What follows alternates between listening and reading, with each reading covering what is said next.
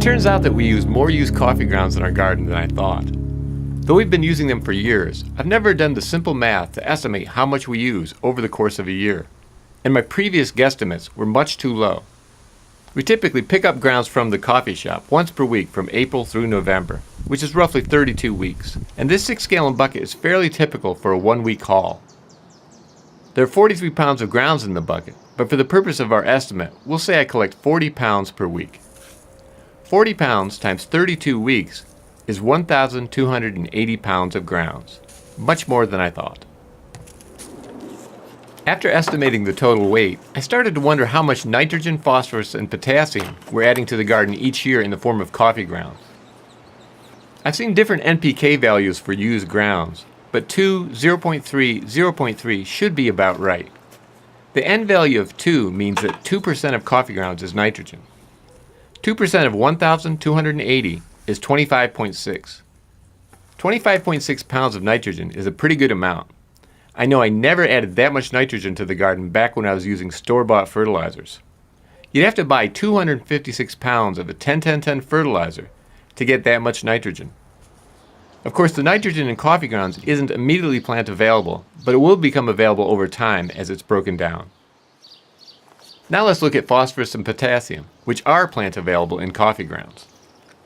An NPK of 2, 0.3, 0.3 means that 0.3% of the grounds is phosphorus and 0.3% is potassium.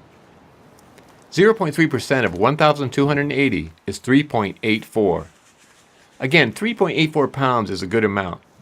You'd have to buy a 38.4 pound bag of a 10-10-10 fertilizer to get that much phosphorus and potassium. I don't think I ever bought that much fertilizer for our garden in 1 year. Now to give you an idea of how what we're doing would translate to your garden. We have 580 square feet dedicated to food crops. Adding 1,280 pounds of grounds to 580 square feet means we had 2.2 pounds of grounds per square foot each year. That's 7/10 of an ounce of nitrogen and 1/10 of an ounce of both phosphorus and potassium per square foot.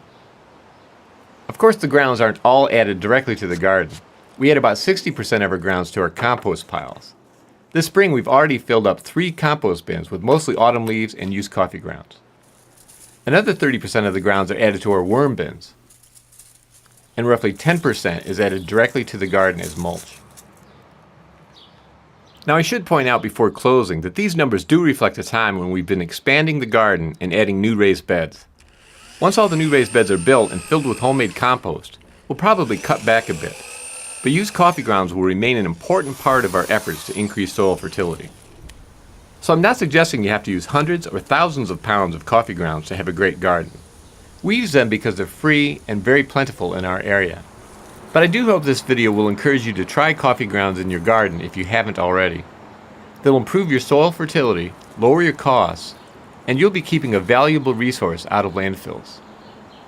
Well, that's all for now. Thank you very much for watching.